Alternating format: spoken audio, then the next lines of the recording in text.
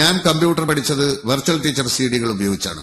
ഇത്ര എളുപ്പത്തിൽ മറ്റൊരു വിദ്യ കൊണ്ടും നിങ്ങൾക്ക് കമ്പ്യൂട്ടർ പഠിക്കാനാവില്ല. കൂടുതൽ ട്യൂട്ടോറിയൽ വീഡിയോകൾക്ക് സബ്സ്ക്രൈബ് ബട്ടണിൽ ക്ലിക്ക് ചെയ്യുക. അടുത്തതായി ഈ ചാപ്റ്ററിൽ ഫോർമാറ്റിംഗിന്റെ മറ്റ് ഓപ്ഷൻസ് പരിചയപ്പെടാം. നമുക്കിപ്പോൾ അലൈൻമെന്റ് സെക്ഷൻ സ്റ്റാർട്ട് ചെയ്യാം. അതിനായി ആദ്യം ഈ ഒരു പെർട്ടിക്കുലർ സെല്ലിൽ നമുക്ക് ഒരു ടെക്സ്റ്റ് എൻ്റർ ചെയ്യാം. അതിനുശേഷം നമുക്ക് ഈ പെർട്ടിക്കുലർ കോളത്തിന്റെ വിഡ്ത് കൂട്ടാം. അതിനുശേഷം റോയുടെ വിഡ്ത് നമുക്ക് കൂട്ടാം. ഇവിടെ നിങ്ങൾക്ക് നോക്കിയാൽ കാണുവാൻ സാധിക്കും, ലെഫ്റ്റ് ബോട്ടം കോർണറിലായിട്ടാണ് ടെക്സ്റ്റ് ഇൻസേർട്ട് ആയിരിക്കുന്നത്. ഇനി ഇതിന്റെ അലൈൻമെന്റ് അഡ്ജസ്റ്റ് ചെയ്യുന്നതിന് ഈ കാണുന്ന അലൈൻമെന്റ് സെക്ഷനിൽ ഏതൊരു ഓപ്ഷനും നിങ്ങൾക്ക് ചൂസ് ചെയ്യാവുന്നതാണ്. ഇവിടെ നോക്കിയാൽ നമുക്ക് കാണുവാൻ സാധിക്കും, ബോട്ടം അലൈൻ എന്ന ഓപ്ഷനാണ് ഇവിടെ സെലക്ടഡ് ആയിരിക്കുന്നത്. ഇതിന് തൊട്ടടുത്തുള്ള ഓപ്ഷൻ ആയ മിഡിൽ അലൈൻ സെലക്ട് ചെയ്താൽ നമ്മുടെ ടെക്സ്റ്റ് മിഡിൽ ലെഫ്റ്റ് കോർണറിലായി അറേഞ്ച് ആവുന്നതായിരിക്കും. അതുപോലെ നിങ്ങൾക്ക് ടോപ്പ് അലൈൻമെന്റ് ആണ് ആവശ്യമെങ്കിൽ ഈ ഒരു ഓപ്ഷൻ സെലക്ട് ചെയ്യുക. ഇവിടെ കാണുന്ന 3 ഓപ്ഷൻസിൽ നിങ്ങൾക്ക് left alignment, central alignment, right alignment എന്നീ ഓപ്ഷൻസ് ചൂസ് ചെയ്യാൻ സാധിക്കുന്നതാണ്. സെൻട്രൽ അലൈൻമെന്റ് ചൂസ് ചെയ്ത് നിങ്ങൾക്ക് ഈ കാണുന്ന 3 ഓപ്ഷൻസിൽ നിന്നും ഏത് വേണമെങ്കിലും ചൂസ് ചെയ്യാവുന്നതാണ്. Top align, middle align, bottom align എന്നീ ഓപ്ഷൻസും ഇവിടെ നിന്നും ചൂസ് ചെയ്യാവുന്നതാണ്. ഇപ്പോൾ ഇവിടെ ഇൻസേർട്ട് ചെയ്തിരിക്കുന്ന ടെക്സ്റ്റിന്റെ ഇന്റന്റ് അഡ്ജസ്റ്റ് ചെയ്യുന്നതിന് ഇവിടെ കാണുന്ന ലെഫ്റ്റ് ഇന്റന്റ് അല്ലെങ്കിൽ റൈറ്റ് ഇന്റന്റ് എന്ന ഓപ്ഷനിലും ക്ലിക്ക് ചെയ്ത് അഡ്ജസ്റ്റ് ചെയ്യാവുന്നതാണ്. ഇപ്പോൾ നോക്കിയാൽ നിങ്ങൾക്ക് കാണുവാൻ സാധിക്കും, നമ്മുടെ ടെക്സ്റ്റ് റൈറ്റ് കോർണറിലോട്ട് താനെ മൂവ് ചെയ്യുന്നതായി കാണാം.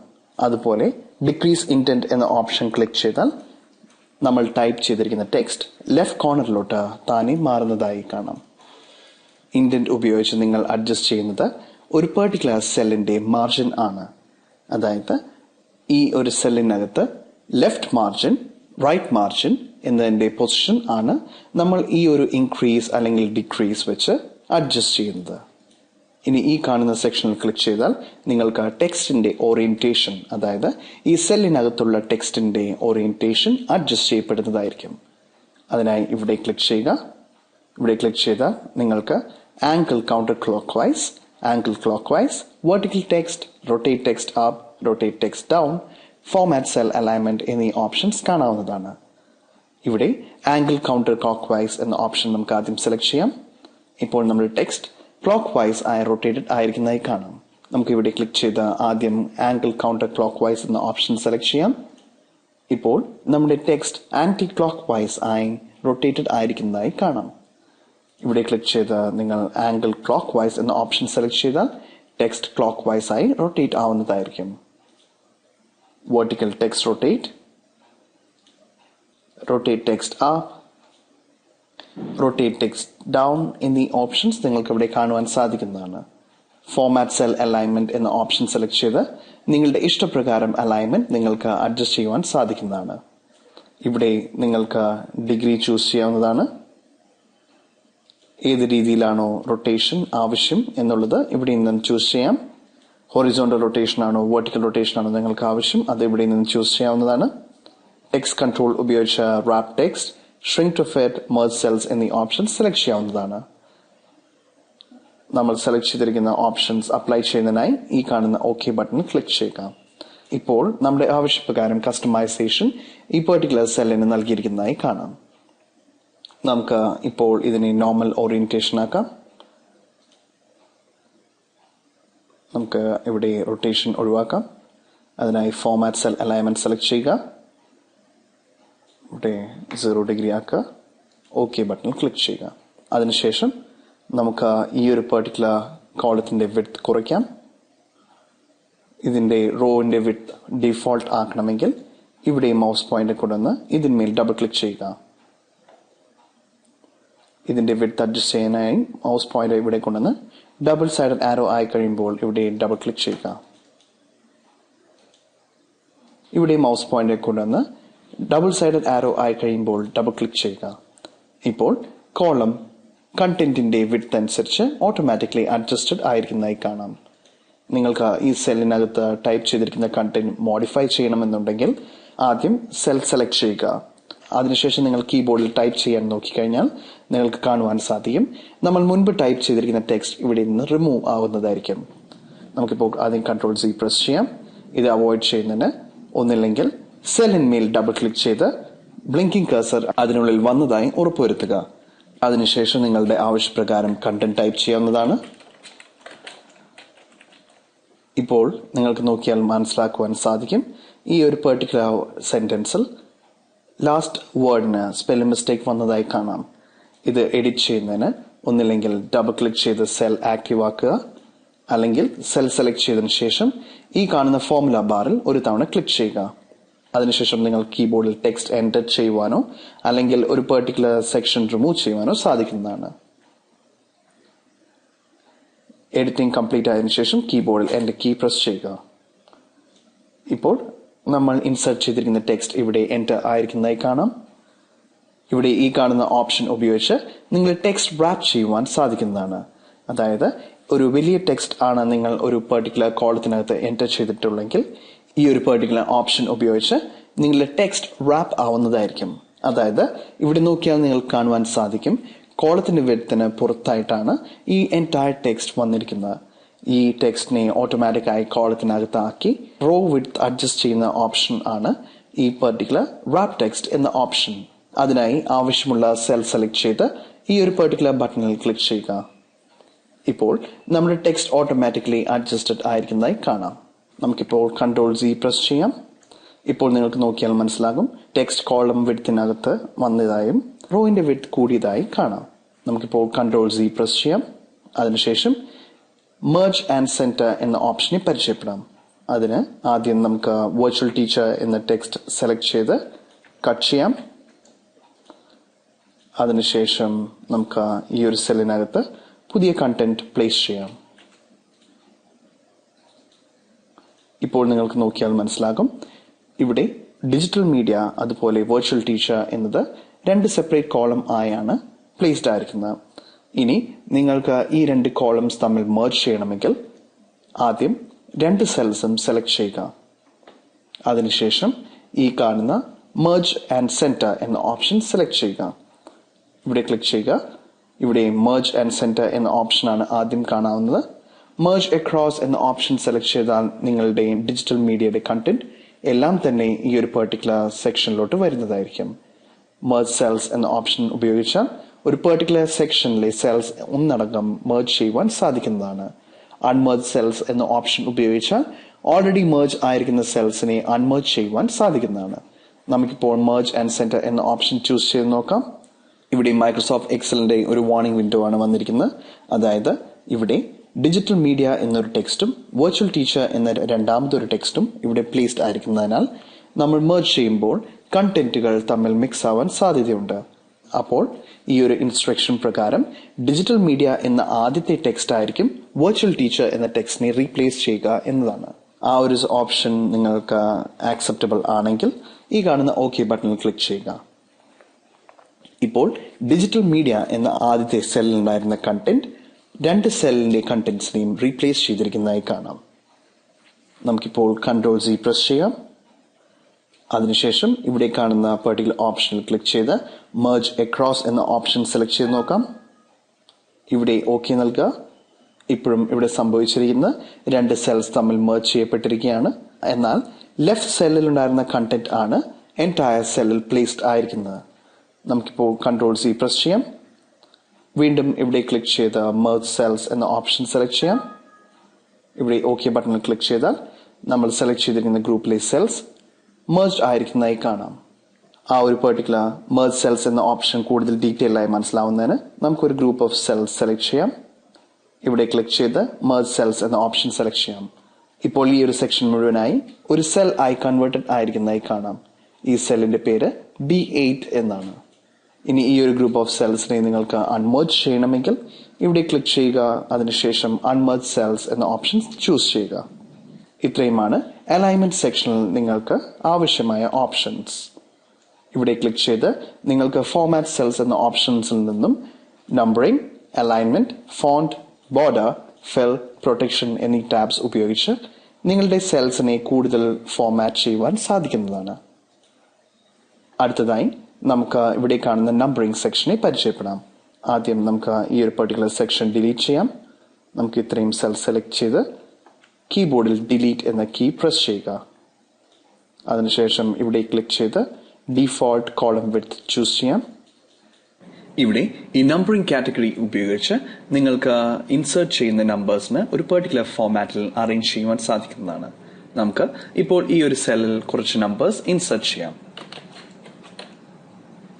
ഇപ്പോൾ നമ്മൾ നോക്കിയാൽ കാണുവാൻ സാധിക്കും, ഇത് 4542 എന്ന നമ്പർ ജനറൽ കാറ്റഗറിയിൽ ആണ് അറേഞ്ച് ചെയ്തിരിക്കുന്നത്. ഇതൊരു വോൾ നമ്പർ ആകയാൽ ഇതിന് പ്രത്യേകിച്ച് ഒരു രീതിയിലും ഫോർമാറ്റിംഗ് അപ്ലൈഡ് അല്ല.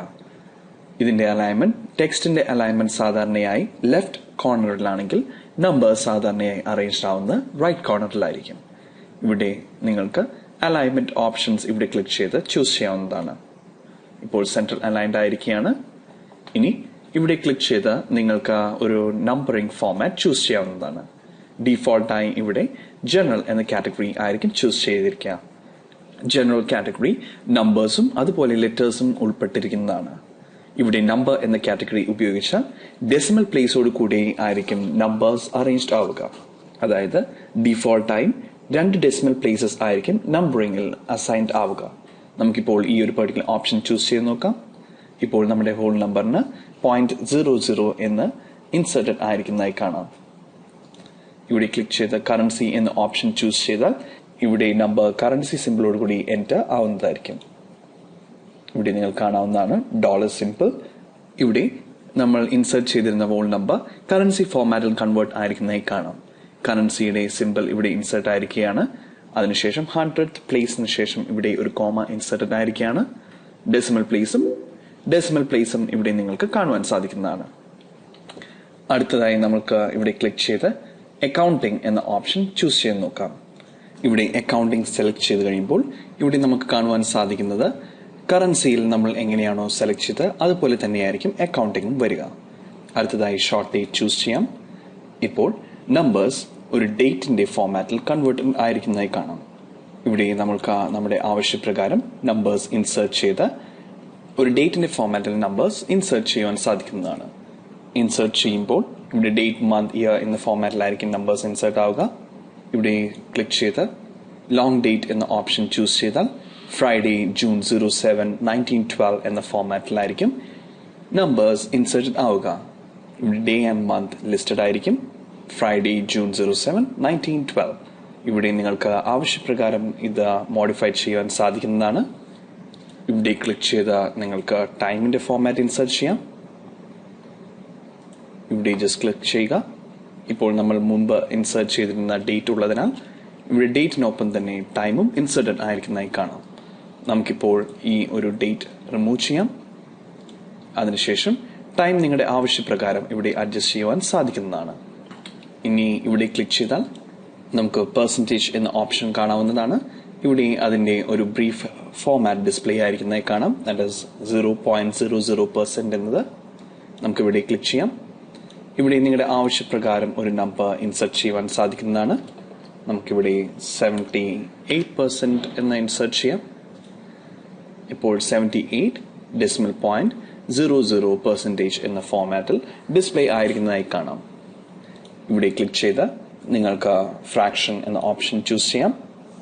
ഇപ്പോൾ നമ്മൾ ഇൻസേർട്ട് ചെയ്തിരുന്ന നമ്പറിനെ ഫ്രാക്ഷണൽ ഫോമിൽ കൺവേർട്ട് ചെയ്ത് ഇവിടെ ഡിസ്പ്ലേ ആയിരിക്കുന്നതായി കാണാം. ഇവിടെ ക്ലിക്ക് ചെയ്ത സയന്റിഫിക് എന്ന ഫോർമാറ്റ് ചൂസ് ചെയ്താൽ സയന്റിഫിക് ഫോർമാറ്റിൽ നിങ്ങളുടെ നമ്പർ കൺവേർട്ട് ആവുന്നതായിരിക്കും. നിങ്ങളുടെ ആവശ്യപ്രകാരം ഇവിടെ നിന്നും നിങ്ങൾക്ക് ഒരു നമ്പർ ഫോർമാറ്റ് ചൂസ് ചെയ്യാവുന്നതാണ്. ഇവിടെ ലാസ്റ്റ് ഓപ്ഷനായ ടെക്സ്റ്റ് എന്ന ഓപ്ഷൻ ചൂസ് ചെയ്ത് നോക്കാം. ഇപ്പോൾ നമ്പർ 0.78 എന്ന ഫോമിൽ കൺവേർട്ട് ആയിരിക്കുന്നതായി കാണാം.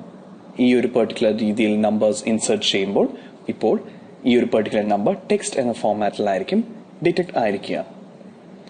ഇവിടെ ക്ലിക്ക് ചെയ്ത് ഏതെങ്കിലും ഒരു നമ്പർ ഫോർമാറ്റ് ചൂസ് ചെയ്യുന്നതായിരിക്കും നിങ്ങൾക്ക് നല്ലത്.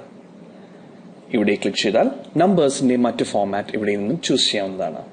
ഫോർമാറ്റ് സെൽസിൽ general, number, currency, accounting, date, time, percentage, fraction, scientific, text, special, custom എന്നീ സെക്ഷൻസ് കാണാവുന്നതാണ്. ഓരോ സെക്ഷനും ചൂസ് ചെയ്യുമ്പോൾ അതിന്റെ താഴെയായിട്ടുള്ള സബ് ഓപ്ഷൻസ് കാണാവുന്നതാണ്. നെഗറ്റീവ് നമ്പേഴ്സ്, പോസിറ്റീവ് നമ്പേഴ്സ് ഇതെല്ലാം എങ്ങനെയാണോ ഡിസ്പ്ലേ ആവുന്നത് അത് ഇവിടെ നിങ്ങൾക്ക് ചൂസ് ചെയ്യാവുന്നതാണ്. നിങ്ങൾക്ക് ആവശ്യമുള്ളത്ര ഡെസിമൽ പ്ലേസസ് ഇവിടെ ക്ലിക്ക് ചെയ്ത് അഡ്ജസ്റ്റ് ചെയ്യാവുന്നതാണ്. ഡെസിമൽ പ്ലേസസ് കൂട്ടുവാനോ അല്ലെങ്കിൽ കുറയ്ക്കുവാനോ നിങ്ങൾക്ക് സാധിക്കുന്നതാണ്. കറൻസി എന്ന ഓപ്ഷനിൽ ക്ലിക്ക് ചെയ്ത് നിങ്ങൾക്ക് ഏതൊരു സിമ്പിൾ ആണ് കറൻസിക്ക് ആവശ്യം അത് ഇവിടെ നിന്നും ചൂസ് ചെയ്യാവുന്നതാണ്. ഇവിടെ അക്കൗണ്ടിങ്ങിലും ഇതുപോലെ സിമ്പിൾ ഡെസിമൽ പ്ലേസസ് ചൂസ് ചെയ്യാം.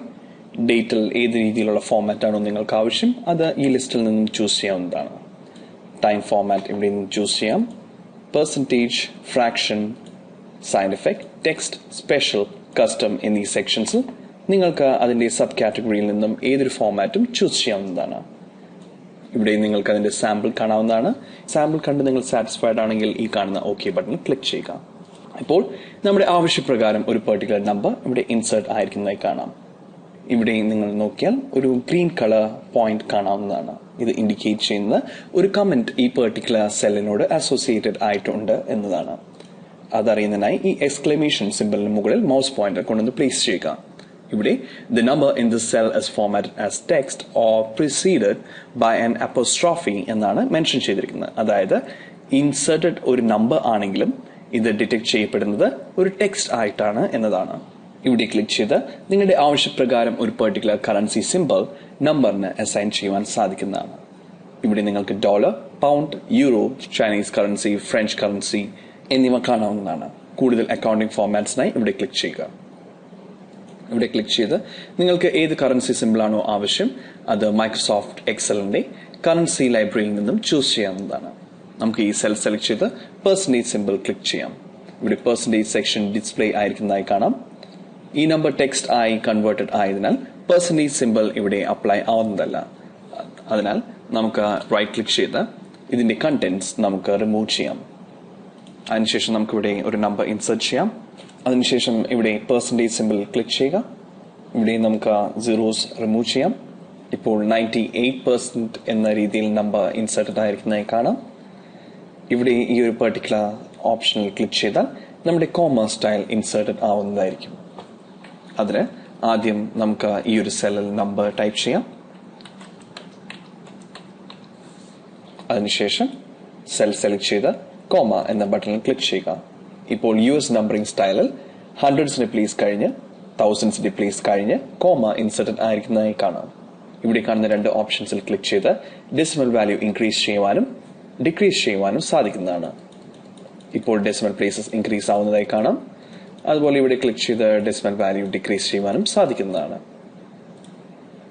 നമുക്ക് ഇപ്പോൾ ഇവിടെ ഡബിൾ ക്ലിക്ക് ചെയ്യാം. ഇപ്പോൾ കോളത്തിന്റെ വിഡ്ത് ഓട്ടോമാറ്റിക്കലി അഡ്ജസ്റ്റ് ആയിരിക്കുന്നതായി കാണാം. ഇത്രയുമാണ് നമ്പറിന്റെ ഫോർമാറ്റിംഗ് ഓപ്ഷൻസ്. നമുക്കിപ്പോൾ ഈ രണ്ട് സെൽസിലെ കണ്ടന്റ് ഡിലീറ്റ് ചെയ്യാം. അതിനായി ഈ രണ്ട് സെൽസ് സെലക്ട് ചെയ്യുക. റൈറ്റ് ക്ലിക്ക് ചെയ്യുക. ഇവിടെ കാണുന്ന ഡിലീറ്റ് അല്ലെങ്കിൽ ഡിലീറ്റ് കണ്ടന്റ്സ് എന്ന ഓപ്ഷൻ സെലക്ട് ചെയ്യുക. ഇവിടെ ഡിലീറ്റ് എന്ന ഓപ്ഷൻ ചൂസ് ചെയ്താൽ ഇവിടുത്തെ സെൽസ് ഒന്നടങ്കം ഡിലീറ്റ് ആവുന്നതായിരിക്കും. നമുക്കിപ്പോൾ ഡിലീറ്റ് എന്ന ഓപ്ഷൻ ചൂസ് ചെയ്ത് നോക്കാം. ഇപ്പോൾ ഇവിടെ ഒരു ഡിലീറ്റ് ഡയലോഗ് ബോക്സ് ഓപ്പൺ ആയിരിക്കുന്നതായി കാണാം. ഇവിടെ shift cells left, shift cells up, entire row, entire column എന്നീ ഓപ്ഷൻസ് കാണാവുന്നതാണ്. ഇത് പ്രകാരം നിങ്ങളുടെ സെൽസിന്റെ പൊസിഷൻ റീ അഡ്ജസ്റ്റ് ആവുന്നതായിരിക്കും. ഇവിടെ ഷിഫ്റ്റ് സെൽസ് ലെഫ്റ്റ് എന്ന ഓപ്ഷൻ ചൂസ് ചെയ്താൽ ഈ റൈറ്റ് സൈഡിൽ കാണുന്ന സെൽസ് ലെഫ്റ്റിലുള്ള സെൽസിന്റെ പൊസിഷൻ ഓക്യുപ്പൈ ചെയ്യുന്നതായിരിക്കും. ഷിഫ്റ്റ് സെൽസ് അപ്പ് എന്ന ഓപ്ഷൻ ചൂസ് ചെയ്താൽ താഴെ കാണുന്ന സെൽസ് മുകളിലുള്ള ഡിലീറ്റ് ആവുന്ന സെൽസിന്റെ സ്പേസ് ഓക്യുപ്പൈ ചെയ്യുന്നതായിരിക്കും. എൻറ്റയർ റോ എന്ന ഓപ്ഷൻ സെലക്ട് ചെയ്താൽ ഇവിടെ കാണുന്ന എൻറ്റയർ റോ അതായത് 9, 10, 11, 12 എന്ന ഈ പെർട്ടിക്കുലർ സെക്ഷൻ ഡിലീറ്റ് ആവുന്നതായിരിക്കും. എൻറ്റയർ കോളം എന്ന ഓപ്ഷൻ ചൂസ് ചെയ്താൽ G എന്ന ഈ പെർട്ടിക്കുലർ കോളം റിമൂവ് ആവുന്നതായിരിക്കും. നമുക്കിപ്പോൾ ഷിഫ്റ്റ് സെൽസ് അപ്പ് എന്ന ഓപ്ഷൻ ചൂസ് ചെയ്യാം. അതിനുശേഷം ഓക്കെ ബട്ടണിൽ ക്ലിക്ക് ചെയ്യാം. ഇപ്പോൾ താഴെ ഉണ്ടായിരുന്ന സെൽസ് ആണ് ആ ഡിലീറ്റ് ആയിരിക്കുന്ന സെൽസിന്റെ സ്പേസ് ഓക്യുപ്പൈ ചെയ്തിരിക്കുന്നത്. കംപ്ലീറ്റ് ട്യൂട്ടോറിയൽ ഡിവിഡികൾ ലഭിക്കുന്നതിനായി നിങ്ങളുടെ അഡ്രസ് 9847700955 വാട്സ്ആപ്പ് ചെയ്യുക. കൂടുതൽ ട്യൂട്ടോറിയൽ വീഡിയോകൾക്ക് സബ്സ്ക്രൈബ് ബട്ടണിൽ ക്ലിക്ക് ചെയ്യുക.